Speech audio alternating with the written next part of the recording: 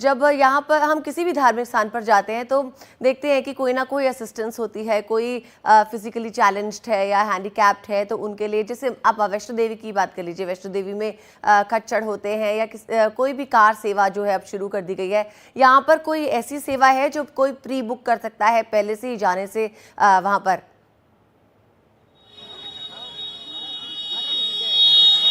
देखिए, प्रशासन ने कुछ बैटरी रिक्शास चलाए हैं, लेकिन उसका रूट अलग है। इस रूट पे मैं आपको तस्वीरें दिखाऊं, इस सड़क पे आने जाने की मनाही है, लेकिन फिर भी लोग आ रहे हैं। और जो मेन रोड है, उस मेन रोड को देखिए, यहाँ पर किसी भी हाल में वो भीड़ देखिए।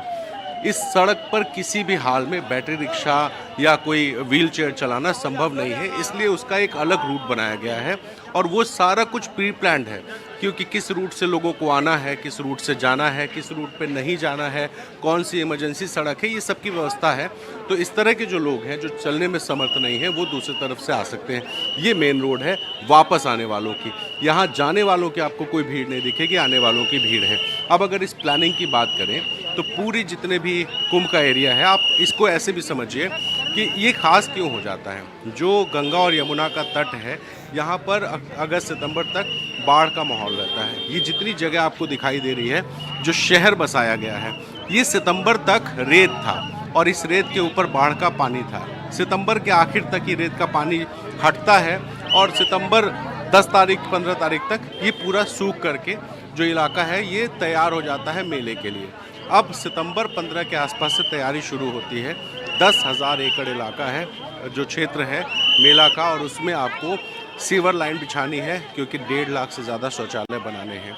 आपको खंभे लगाने हैं बिजली के, क्योंकि 67,000 खंभे लगाए गए हैं। उन खंभों को तार से कनेक्ट करना है, उसको ट्रांसफार्मर से कनेक्ट करना है, उसमें स्ट्रीट लाइट्स लगानी है पानी की पाइपलाइन आपको बिछानी है, टेंट्स लगाने हैं यहाँ प्लानिंग करनी है सड़कों की। यहाँ आपको चकट प्लेट बिछाने हैं, क्योंकि स्थायी सड़क नहीं होती है। रेत की जो ज़मीन है वहाँ लोहे के प्लेट से चकट प्लेट बिछा करके सड़क बनाई जाती है। फिर आपको, चूँकि नदी का बहाव हर साल बाढ़ के हिसाब से उसका रास्ता बदल जाता है, तो आपको एक मैपिंग, जियो मैपिंग करनी होती है सारा कुछ करने से पहले। और उस नक्शे के हिसाब से आप ज़मीनें अलॉट करते हैं अखाड़ों को, साधु सन्यासियों को, और जब ज़मीन का अलॉटमेंट हो जाता है उसके हिसाब से फिर पूरे मेले की प्लानिंग होती है। तो समय होता है 2.5 से 3 महीना और भीड़ आती है 40 से 45 करोड़। तो जाहिर है कि एक चुनौती है। एक अधिकारी से मैं बात कर रहा था और जब मैंने उनसे कहा कि ये बहुत बड़ी चुनौती है, तो उन्होंने कहा हम इस चुनौती को अवसर मानते हैं। अवसर क्यों मानते हैं? यूपी सरकार 7,500 करोड़ रुपए इस बार खर्च कर रही है।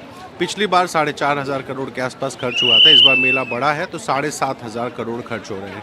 अब कुछ लोग कहते हैं कि साहब इतना बड़ा खर्चा कर दिया मेले के नाम पर, क्या ज़रूरत थी, इसमें ये बना लेते वो बना लेते। लेकिन जब हम बात करते हैं रेवेन्यू की, तो 7,500 करोड़ खर्च करके 1.5 लाख करोड़ से 2 लाख करोड़ का रेवेन्यू होता है।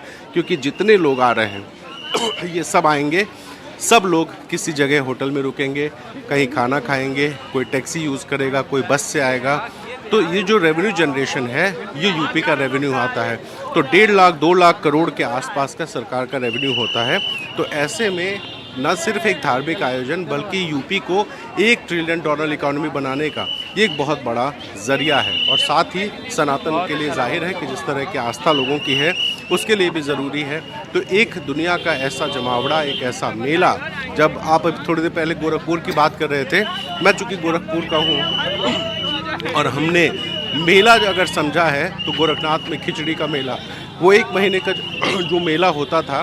देखिए यहाँ पर लोगों के चलने की वजह से धूल उड़ रही है और थोड़ी दिक्कत हो रही है बोलने में भी, लेकिन खिचड़ी के मेले की मैं बात कर रहा था जहाँ मुख्यमंत्री योगी आदित्यनाथ पहुँचे हैं। तो हमारे बचपन की जो यादें थी मेले से, हम समझते थे कि खिचड़ी का मेला ही सबसे बड़ा मेला होता है। अब हर साल जाते थे, वहाँ खिलौने खरीदा करते थे। लेकिन जब महाकुंभ को देखा तो समझ में आया कि महामेला किसे कहा जाता है। और इस बार तो जाहिर है 40 से 45 करोड़ लोग यहाँ आ रहे हैं। तो ये एक बहुत बड़ा मेला, बहुत बड़ा एक अवसर, और यूपी सरकार के लिए अपने राज्य सरकार को न सिर्फ आर्थिक तौर पे मजबूत करने का, बल्कि दुनिया को ये दिखाने का कि हम कितने सक्षम है क्राउड मैनेजमेंट में, हम कितने सक्षम है इस तरह के बड़े आयोजन में। ये एक बड़ा अवसर है जी।